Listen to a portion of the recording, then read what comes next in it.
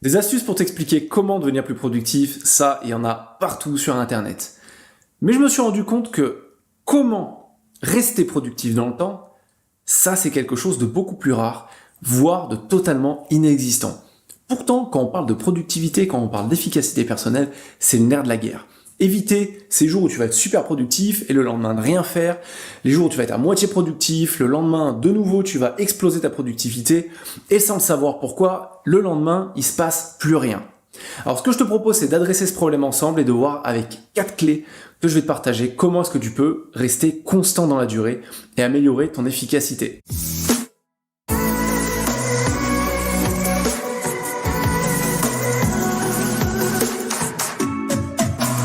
Ok, tu vois, on vient de le dire, des techniques en fait de productivité, il y en a plein. Il y en a dans les livres, il y en a sur Internet, il y en a notamment ici sur YouTube, mais il y en a aucune qui aborde la productivité dans son ensemble, de manière holistique. Tu vois, quand j'ai mis en place la méthode que j'utilise maintenant, que j'appelle la méthode FAST, on va la présenter juste après, c'est parce que je me suis rendu compte d'un problème. Tous les tips, ils tournent autour de la gestion du temps et autour de l'organisation. Alors ouais, ok, ce sont deux sujets qui sont effectivement hyper importants, mais par contre, ils représentent qu'un pan de ce qu'on appelle la productivité ou l'efficacité. Pour info, FAST, c'est l'acronyme de Focus, Attitude, Stamina et Temps. Et le S de Stamina, ça veut dire endurance en français. Pour moi, c'est le point central de la productivité. C'est ce qui va te permettre en fait d'être constant. Car être productif de temps en temps, c'est bien, mais franchement, l'être dans la durée et de manière régulière, ça, c'est une autre paire de manches. Et je suis sûr que tu vois de quoi je parle. Un jour, tu vas tout exploser, tout ce qui figure sur ta checklist, c'est rayé, crac, crac, crac, crac, crac. Tu vas arriver à la fin de la journée, tu vas être super content. Et tu te lèves le lendemain, ça semble être la même chose, la même journée se profile, mais tu sais pas pourquoi, t'arrives à la fin de la journée, il y a un truc de barré, deux trucs de barré, t'as rien avancé, elle a même augmenté cette checklist. Et en fait, à ce moment-là, tu sais pas vraiment ce qui s'est passé. Ça, c'est un sentiment qui est ultra frustrant. Alors, je ne sais pas où tu en es, toi, au niveau de ta forme physique, mais sache qu'elle joue un rôle clé dans ta capacité à être efficace au quotidien. Et ce qu'on va faire, c'est voir ensemble, tout de suite, comment est-ce que tu peux l'améliorer simplement. Alors, la première chose que tu devrais faire, c'est manger correctement et t'hydrater tout au long de la journée. Alors, je sais, ça paraît être un conseil complètement bateau, néanmoins, manger correctement et s'hydrater, on peut faire l'analogie avec une plante. La plante, elle génère pas de l'énergie à la demande. Elle va la puiser via ses racines et elle va la transformer en énergie. Elle va puiser son énergie et la retransformer en énergie. T'as bien compris ? Parce que c'est exactement pareil avec toi. Ce que tu manges, ce que tu ingères, la nourriture ou même les problèmes, le stress, tout ce que tu fais rentrer dans toi, c'est ton carburant au quotidien. Donc au final, si tu manges mal, si tu t'hydrates pas, si tu laisses le stress rentrer quotidiennement, ton énergie elle empathie. Ton carburant, il est pas de bonne qualité. Donc le moteur, finalement, il tourne pas au top. Le deuxième point qui est important à modifier, c'est de bouger régulièrement, de faire du sport. On le répète, manger, bouger, c'est le slogan de la France. Mais notre corps, il faut bien comprendre qu'il est pas designé pour être statique. Ça, c'est le fléau du 21e siècle. Notre corps, il est fait pour bouger, il est fait pour être en mouvement. C'est bon pour tout, c'est bon pour nos articulations, pour notre circulation sanguine, pour l'oxygénation de notre cerveau. D'ailleurs, par rapport à ça, il y a un point que j'adore aborder. Tu sais, des fois, tu as cette sensation de coup de barre quand tu es assis depuis trop longtemps derrière ton bureau, ou même des fois au cinéma ou en voiture. Sache que t'es pas vraiment fatigué. En fait, c'est que quand tu es en position assise, tu as le tiers inférieur de tes poumons qui est comprimé. Et le fait que ce tiers inférieur des poumons soit comprimé, je te le donne en mille, c'est que tu te prives de 2 tiers de l'oxygène. Parce que les alvéoles qui sont à ce niveau-là, elles vont en fait capter 2 tiers de l'oxygène de ton corps. Donc quand tu les compresses, t'es moins oxygéné. Donc, t'es pas vraiment fatigué quand tu restes tout le temps assis, c'est que tu manques d'oxygène. Et c'est mauvais pour ta cognition, donc ta capacité à réfléchir correctement, et donc ta capacité à être productif. Donc lève-toi régulièrement, fais du sport, il n'y a plus rien à prouver sur le sujet. Toutes les recherches, elles sont unanimes.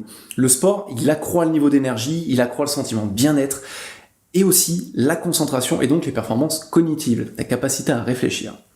Le troisième point que tu as envie d'étudier, c'est ton sommeil. Fais très attention à ton sommeil. À la qualité de ton sommeil, à sa quantité, les deux sont indéniables. Il se passe différentes choses pendant la nuit. Une partie où en fait ton système lymphatique va purger ton système nerveux de toutes les toxines de la journée, car oui, ton cerveau produit énormément de toxines, il crame 20% de l'énergie que tu génères au quotidien, alors qu'il représente que 2% de la masse corporelle de ton poids total. C'est énorme.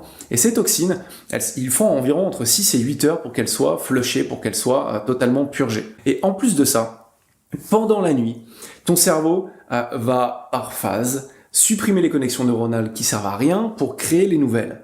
Et si tu zappes des phases de sommeil, tu te couches trop tard ou tu te lèves trop tôt, tu vas zapper, raccourcir certaines de ces phases. Ce qui en fait joue sur ta mémorisation, mais joue aussi sur ton niveau de fatigue, ton niveau d'énergie. Le dernier point que tu as envie d'adresser, c'est veille à réduire ton stress. Le stress, surtout négatif, parce qu'il y a du stress positif, on va le voir dans une seconde, le stress négatif, c'est celui qui te met la pression. Ça va t'empêcher de réfléchir correctement, ça va nuire à ta créativité, et surtout, en fait, ça te crée une charge mentale. Cette charge mentale, elle est épuisante, elle te draine de l'énergie. Ce que tu as envie plutôt, c'est de te confronter à du stress qui est plutôt positif. C'est-à-dire sortir de ta zone de confort, essayer des choses avec lesquelles tu n'es pas forcément à l'aise. Alors je te dis pas de te mettre en danger, bien entendu, mais d'essayer de nouvelles choses. Moi, ce que j'aime bien pour créer des stress positifs, par exemple, c'est me mettre des deadlines sur des projets ou sur des choses que j'ai envie de créer. Par exemple, quand je tourne une vidéo comme ça, je me laisse 30 minutes. Pas plus. Si je dépasse les 30 minutes, c'est pas grave, je la ferai plus tard. Ça crée un stress, ça crée de la frustration, ça te permet d'être un peu meilleur derrière. On parle beaucoup des douches froides, on parle beaucoup de plein de techniques comme ça pour gérer son stress, pour créer un stress positif. Tu peux les appliquer comme tu veux. Néanmoins, tout ça, c'est lié. Ce que je vois beaucoup avec des clients, avec des personnes que je fréquente, même des discussions que j'ai parfois avec des prospects sans que ça aille plus loin, c'est cette volonté d'être plus productif, d'être plus concentré, de mieux gérer son temps. Mais en fait, à chaque fois, les choses sont prises de manière séparée. Alors qu'il s'agit d'un tout. Si tu veux être productif, il faut que tu apprennes à te concentrer. Il faut que tu apprennes à gérer l'attitude que tu vas avoir envers le travail que tu vas effectuer, envers tes journées. Il faut que tu améliores ton mental. Il faut que tu améliores effectivement ton organisation et ta gestion du temps. Mais surtout, la base sous-jacente, c'est tout ça. C'est ton corps. C'est tout ce qui va te permettre d'être productif. Et je me rends compte que beaucoup de personnes pensent que... Et c'est pas déconnant parce que... On est dans cette, comment on appelle ça, l'ère de l'intellect, où en fait, la majorité des travailleurs aujourd'hui sont les travailleurs du savoir, ils utilisent leur cerveau. Donc on se dit que tout ce qui compte, c'est ce qu'on fait de cette tête. Mais néanmoins, cette tête, alors elle s'arrête pas ici, c'est pas coupé au niveau du cou. Il y a un lien entre notre corps et le mental. Donc si tu négliges ton corps mécaniquement, ta tête, elle peut pas fonctionner correctement.